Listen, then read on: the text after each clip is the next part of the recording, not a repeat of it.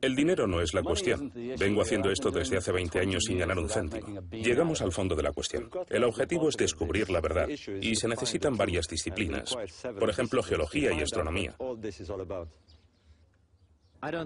No creo que la egiptología se sienta capaz de asumir la tarea.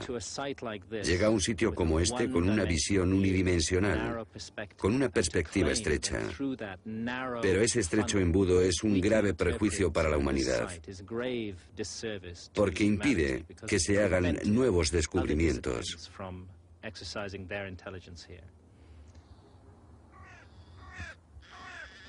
Los egipcios creían que hubo un tiempo primero, un Génesis, cuando gobernaban los dioses. El mayor complejo sagrado de la Tierra permanece como un monumento a esa creencia. La Gran Esfinge es un legado dejado por una civilización desconocida. ¿Se construyeron las pirámides al azar, como creen los expertos, o mediante un plan prefijado que se inició antes del comienzo de la historia y se transmitió a los faraones para completarlo?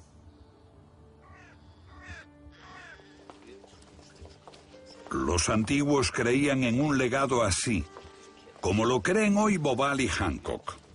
Hay, por ejemplo, una pista para aclarar el misterio aquí en las tumbas del Museo de Berlín. Es como un mapa del tesoro, incluso con una X, pero sin las señales suficientes para descubrir dónde están enterradas las monedas de oro. Este antiguo papiro cuenta cómo Keops, el constructor de la Gran Pirámide, buscaba en Heliópolis una misteriosa caja negra que contenía el número de las cámaras secretas del santuario de Thoth. ¿Qué era este cofre de Thoth? ¿Algún recipiente de la antigua sabiduría que Keops necesitaba para construir su pirámide? Thoth, el escriba de los dioses y guardián de su sabiduría. ¿Un cofre perdido con conocimientos de un pasado aún más remoto?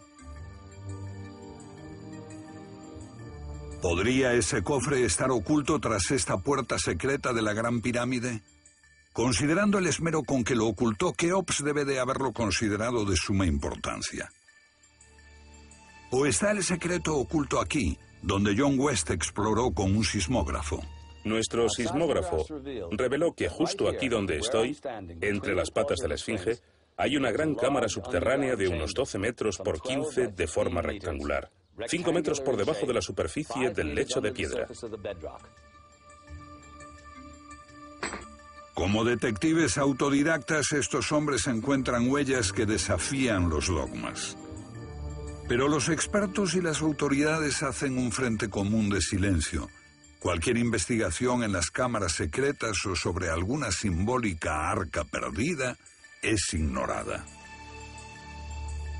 Los antiguos griegos escribieron cómo sus sacerdotes les revelaron que hubo una civilización anterior a la suya. La llamaban Atlántida. En 1945 el vidente estadounidense Edward Cavís predijo en un trance hipnótico que en torno al año 2000 se iban a encontrar los archivos de una civilización mucho más antigua que la egipcia, que estaban bajo las patas de la Gran Esfinge de Gizeh. Sueños, fantasía, tal vez, pero un sismógrafo no miente. El Arca de la Alianza, en la Biblia, el arca que llamaban el Arca de Dios, proporcionan las dimensiones de esa caja. Es un objeto en forma de caja, cubierta de oro por fuera, madera en el medio y oro por dentro. Bueno, pues eso es un condensador. Un condensador es un objeto que retiene energía, que almacena energía cuando lo cargas. Igual que una batería, excepto que una batería solo puede descargarse poco a poco. Un condensador puede descargar la energía en un instante. Y por lo tanto, cuando me fijé en eso pensé que eso era un condensador. Y sería bastante grande en capacidad. Tendría mucha capacidad, tendría un voltaje realmente elevado. Y sería bastante pesado, sería un objeto pesado, extremadamente pesado. De hecho, sería demasiado pesado para levantarlo con 2 palos endebles. Pesaría más de 3 toneladas debido a todo el oro sobre él.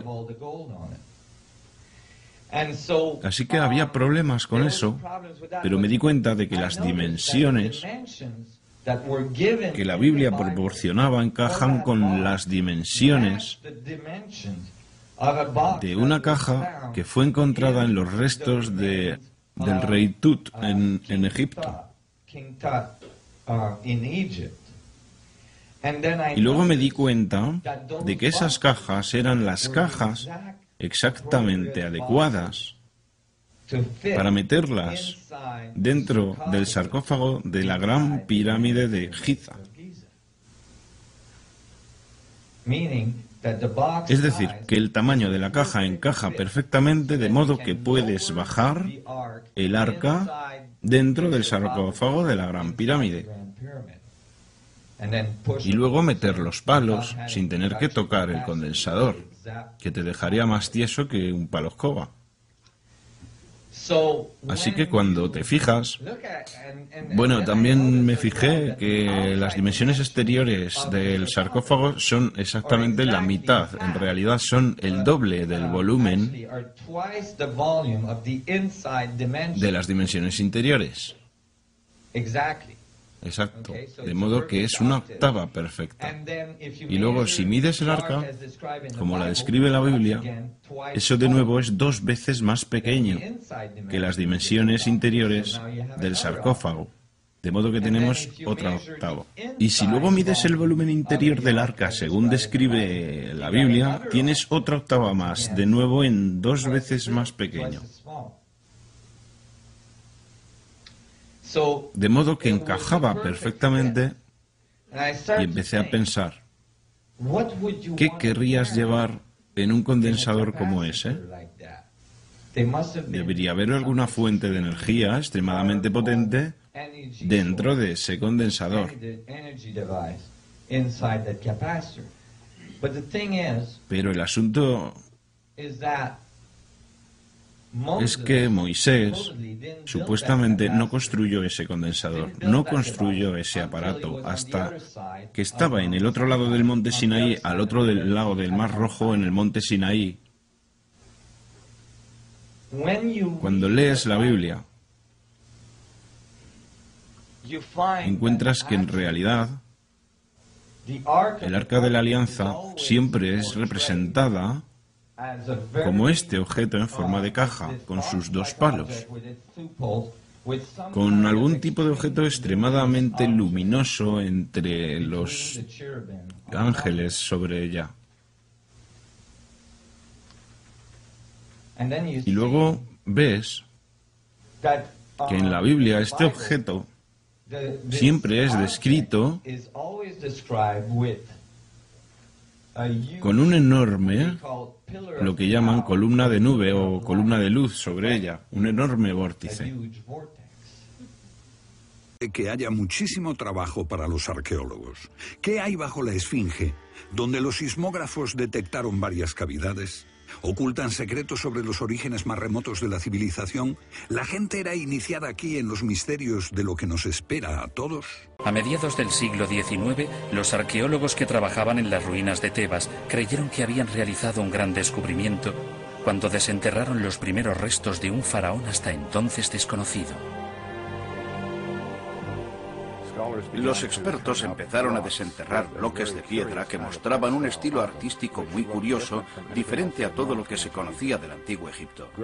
Poco a poco el número de bloques fue aumentando y al final resultó que representaban a un faraón llamado Amenofis IV o Ajenatón.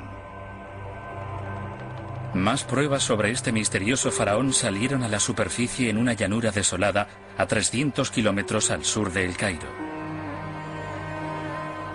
Allí, los arqueólogos descubrieron los restos de una antigua ciudad enterrada bajo 3000 años de arena del desierto.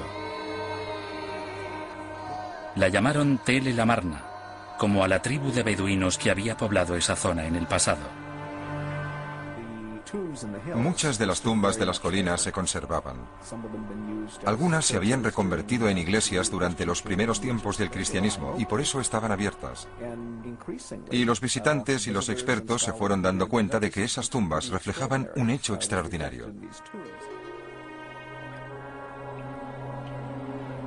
Los visitantes que entraban en las húmedas tumbas de Tel el Amarna descubrían escenas del rey Ajenatón jugando con un niño. Quedaban asombrados. Nunca antes un faraón había sido representado en una postura tan relajada y familiar.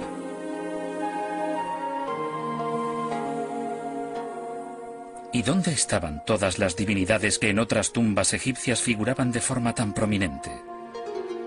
Este faraón parecía adorar a un solo dios, un curioso disco solar cuyos largos rayos descendían desde los cielos para otorgar al mundo la vida radiante.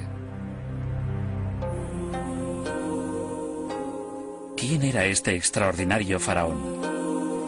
Los eruditos modernos rápidamente le atribuyeron toda clase de etiquetas, desde el primer monoteísta hasta el primer humanista.